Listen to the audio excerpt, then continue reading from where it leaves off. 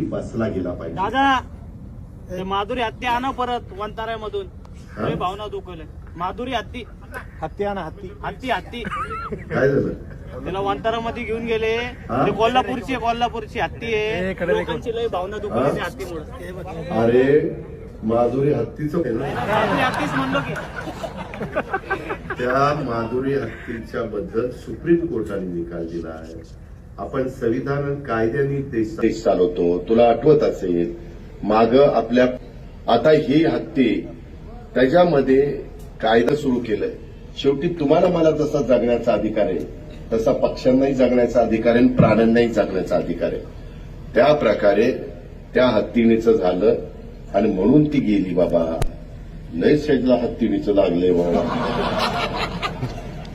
तुला एकदा कुठं तरी हत्तीणीवर बसवतोस, परंतु तू चांगल्या भावनेनं बोलला असेल.